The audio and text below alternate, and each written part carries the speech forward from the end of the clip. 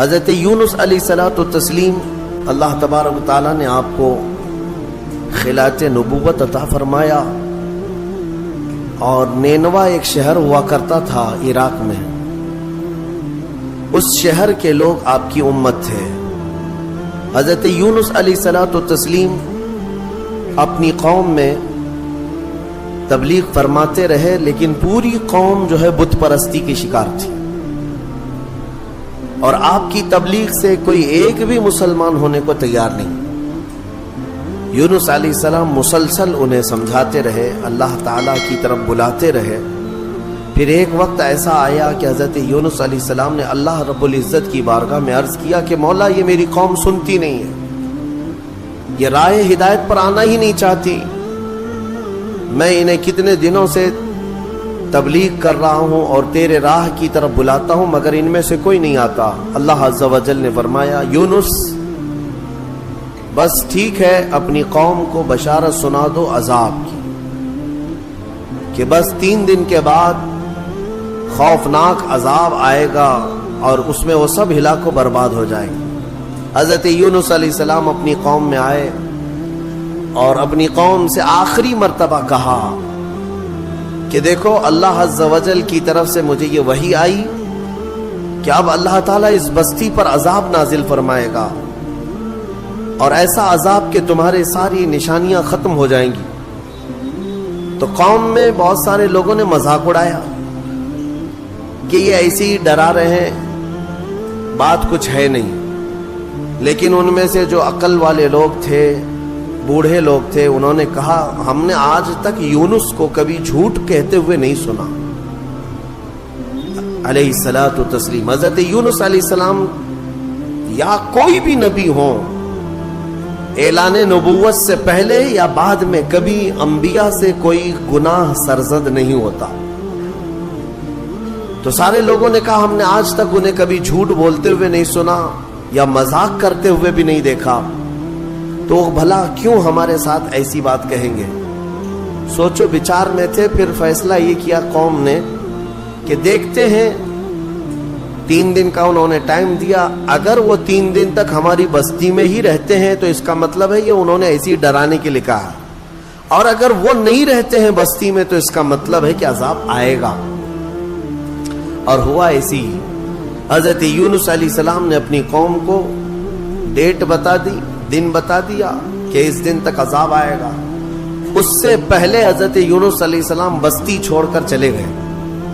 اس بستی میں آپ نے قیام نہیں فرمایا۔ جس بستی میں عذاب آنے والا ہو، اللہ کے نبی نہیں رہتے۔ ہاں، جن بستیوں میں عذاب آیا ہے وہ نبیوں کے جانے کے بعد آیا ہے، نبی کے ہوتے ہوئے کسی قوم پر عذاب کبھی نہیں۔ ہاں، کہ نبیوں کو بھی اس عذاب میں آنا ہوا ہو، نہیں، ایسا نہیں۔ حضرت یونس علیہ السلام پہاڑیوں میں چلے گئے۔ اب بستی کے لوگوں نے دیکھا 1 دن باقی تھا جو میعاد کا تھا، جو بتایا ہوا تھا۔ تو لوگوں نے صبح اٹھ کر کے دیکھا تو آسمان پر گھنے بادل چھائے ہوئے ہیں، ڈر کا ماحول ہے، اور پوری بستی میں ایک عجیب سی کیفیت طاری ہے، یعنی سناٹا طاری ہے اور ہو کا عالم ہے۔ آسمان پر گھنگور گھٹائیں چھائی ہیں اور ڈراؤنی شکل کی بدلیاں۔ تو لوگ ڈر گئے اور کہا، یونس علیہ السلام سچ کہتے تھے، اللہ کا عذاب آنے والا ہے، ہم جس بت پرستی میں تھے اس سے ہمیں توبہ کرنا ہوگا۔ تو سارے کے سارے لوگ اپنے اپنے گھروں سے نکل آئے، بچے، بوڑھے، جوان، مرد، عورتیں، سارے کے سارے میدان میں جمع ہوئے اور رونے لگے، گڑ گڑانے لگے، توبہ کرنے لگے اللہ کی بارگاہ میں۔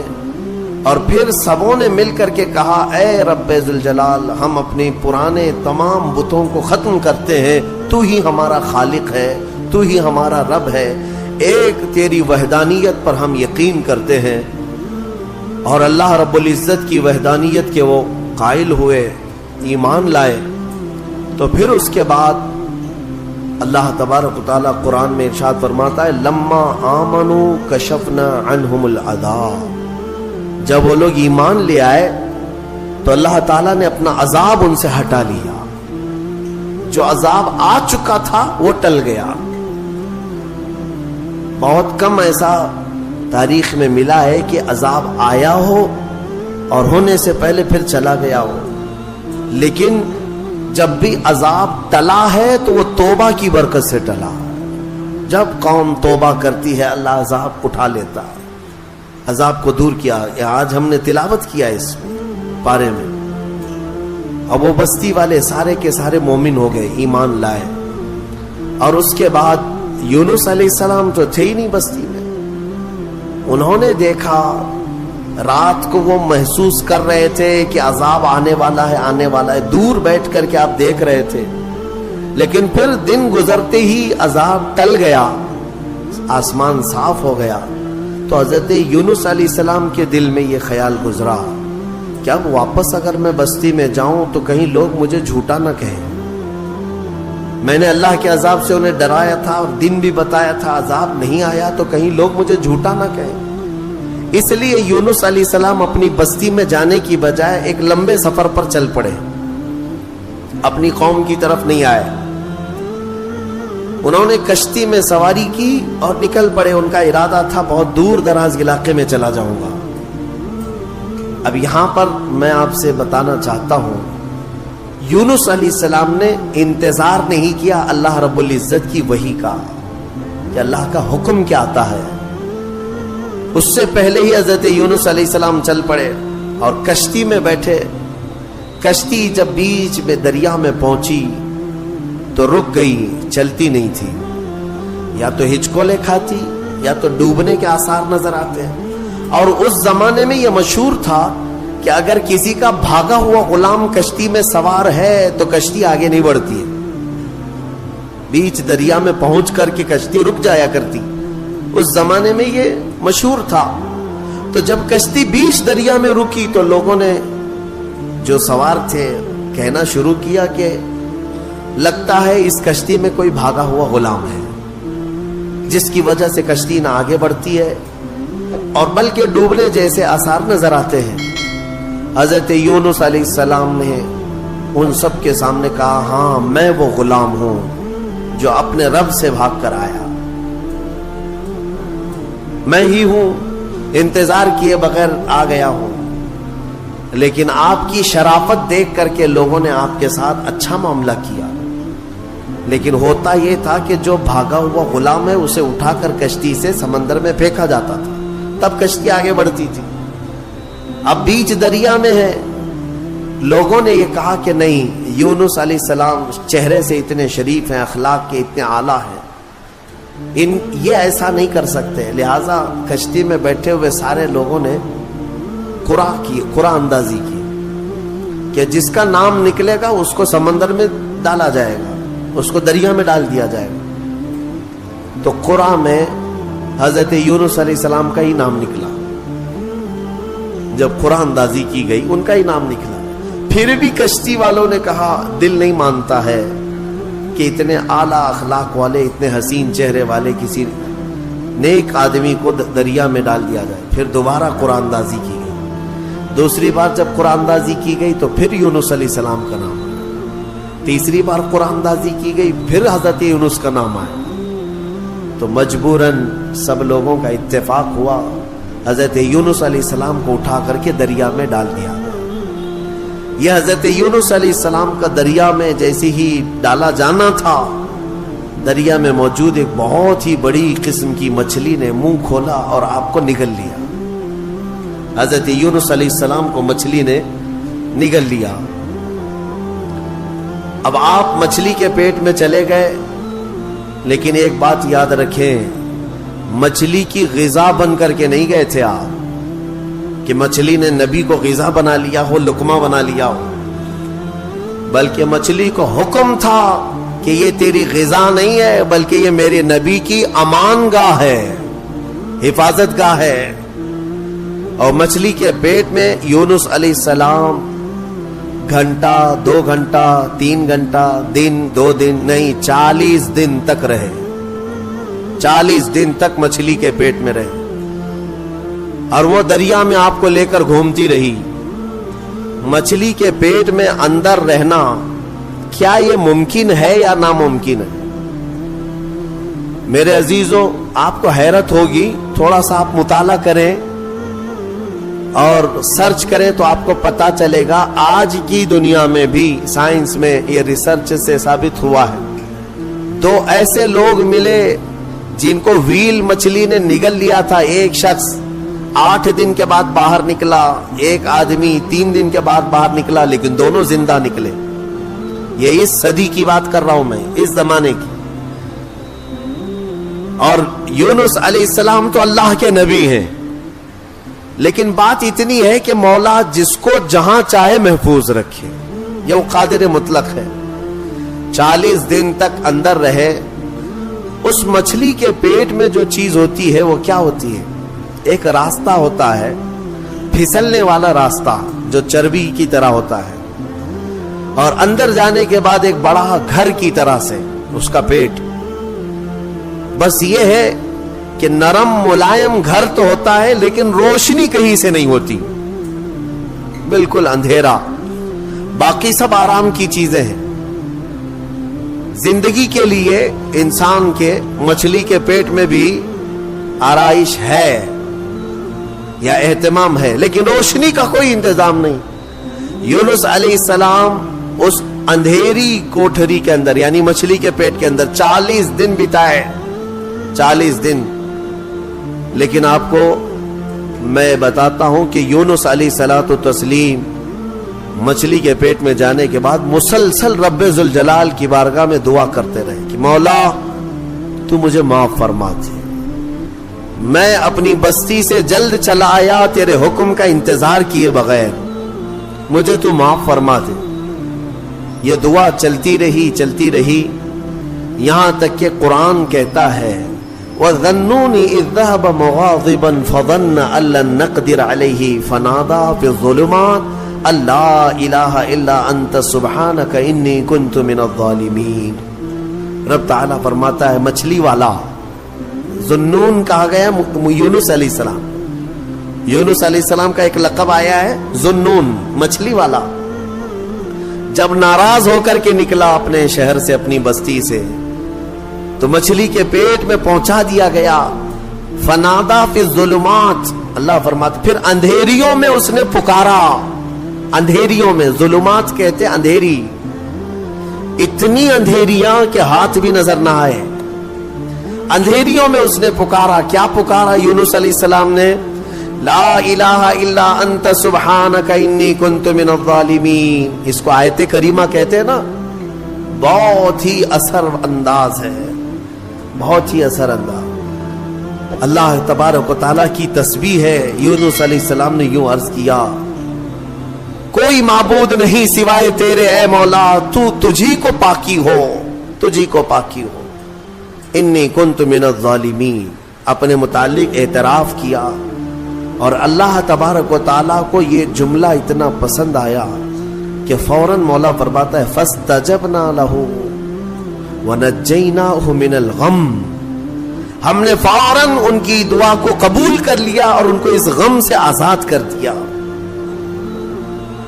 اللہ تبارک و تعالیٰ نے فوراً آزاد کیا. کیا کیا؟ مچھلی نے کنارے پر آ کر اگل دیا اور حضرت یونس علیہ السلام باہر آئے. باہر آنے کے بعد جانتے ہیں آپ کی کیفیت کیا تھی؟ ساحل پر آپ لیٹے رہے ایسے کہ آپ ہاتھ بھی نہیں اٹھا سکتے تھے، پیر بھی نہیں اٹھا پاتے، اور جسم اتنا کمزور، اتنا نحیف ہو چکا تھا، پورا جسم سفید ہو چکا تھا، پورا جسم سفید. اور آپ 8 دن تک بے ہوش رہے وہیں ساحل پر، اور اس کے بعد 40 دن تک سوئے رہے وہیں پر، اٹھ نہیں پائے 40 دن تک. لیکن رب ذوالجلال نے وہاں پر آپ کا کیا انتظام فرمایا تھا؟ حدیث پاک میں بھی ملتا ہے آپ کے سر کے پاس اللہ نے کدو کی بیل پیدا فرمائی، کدو کی بیل. اور کدو قریب آپ کے منہ کے قریب آتا اور آپ بغیر کسی محنت کے اسے کھا لیا کرتے تھے. اور ایک ہرن آتی جو آپ کو قریب سے دودھ پلا کر چلی جاتی تھی. آپ کو میں حدیث پاک بتاؤں، حضور پاک صلی اللہ تعالی علیہ وسلم کے پاس ایک صحابی نے کدو پیش کیا، تو میرے آقا صلی اللہ تعالی علیہ وسلم نے لیا اور مسکرایا اور فرمایا یہ میرے بھائی یونس کا پھل ہے، اور حضور نے اسے پسند فرمایا. اور کدو کے فوائد آج بھی لوگ گنا رہے ہیں. جب نہایت کمزوری ہو تو کدو کو کھانے سے فوری طور پر طاقت پیدا ہوتی ہے. جتنی بھی اس کے اندر کمیاں آئی ہوں اس کدو کے ذریعے سے اس کی اصلاح ہوتی ہے. بلکہ عاشقوں کی جماعت اس کو کدو نہیں کدو شریف کہا کرتے ہیں. ہاں، حضور پاک صلی اللہ تعالی علیہ وسلم کی مرغوب غذا ہے، پسندیدہ ہے. نبیوں سے جو چیز ریلیٹڈ ہو جائے وہ یقیناً شریف تو ہوتی ہے. یہ حضرت یونس علیہ السلام پھر 40 دن کے بعد کھڑے ہوئے. 50 دن ہو گئے آپ کو، اور پھر 40 دن مچھلی کے پیٹ میں. یوں سمجھ لیں تقریباً 3 مہینے کا عرصہ گزر گیا اپنی بستی سے بچھڑے ہوئے. واپس جب 3 مہینے کے بعد یونس علیہ السلام اپنی بستی میں آئے تو ساری بستی والے بڑے خوش ہو گئے. سب دوڑے دوڑے آئے، آپ کے ہاتھوں پر سارے لوگوں نے بیعت کیا، اور اللہ کے نبی کی جیسی پیروی کرنی تھی پوری بستی والوں نے پیروی کیا. اللہ تبارک و تعالیٰ نے اس قوم کو معاف فرمایا. میں نے پڑھا جتنے نبیوں کی امتیوں کے بارے میں، صرف یونس علیہ السلام کی قوم ایک ایسی ہے جو گناہ کے بعد یا شرک اور بت پرستی کے بعد واپس پلٹ آئی تو اللہ نے ان کو اپنے محبوب جماعت میں شامل فرمایا. اتنا ہی نہیں، کچھ تفسیروں میں یہ بھی ہے کہ یونس علیہ السلام کی امت کو اللہ تعالیٰ نے آج تک زندہ رکھا ہے. جیسے اصحاب کہف ہیں، یونس علیہ السلام کی امت کے لوگ وہ پہاڑیوں میں، جزائر میں کہیں پر ہیں. بعض مفسرین وَمَتَّعْنَاهُمْ کی تفسیر کرتے ہوئے فرماتے ہیں کہ وہ آج بھی زندہ ہے، اور جب امام مہدی آئیں گے تو امام مہدی کی فوج میں وہ یونس علیہ السلام کی امت بھی شامل ہوگی. بعض تفاسیر میں یہ موجود ہے. تو یعنی میرے عزیزوں اس میں کئی چیزیں موجود ہیں. پہلی بات تو یہ ہے، میں آج ہی کہہ رہا تھا کبھی کبھار ہمیں یہ احساس ہوتا ہے حالات دیکھنے کے بعد کہ قوم کو ہم بھی صبح شام بیدار کرنے کی کوشش کرتے رہتے ہیں. کچھ ہمارے خلاف بولتے ہیں، یا کچھ ہمیں طعن و تشنیع کرتے ہیں، یا کچھ ہمیں گالیاں دیتے ہیں. ٹھیک ہے، سب کا اپنا اپنا حصہ ہے. لیکن انسانی فطرت ہوتی ہے، کبھی انسان اوب جاتا ہے. کیا ان کے پیچھے سر کھپائیں، چھوڑو جانے دو. قوم اپنے اپنے راہ دیکھے کہ میں اپنی اصلاح کر لوں، آخرت میں مجھے جواب دینا ہے. سچ بتاؤں، آج ہی میں کہہ بھی رہا تھا اس بات کو کہ کبھی دل کرتا ہے کہ یہ حالات جو آج ظالم بنا رہے ہیں، ایک بات دیگرے ظلم کی ایسی نئی صورتیں یہ لا رہے ہیں کہ انہیں ہر چیز سے اب تکلیف ہونے لگ گئی. اذان سے، نماز سے، ٹوپی سے، داڑھی سے، برقعے سے، قرآن سے، اسلام سے، میرے نبی کے نام سے. کیا چیز بچایا گیا؟ ساری چیزیں دھیرے دھیرے.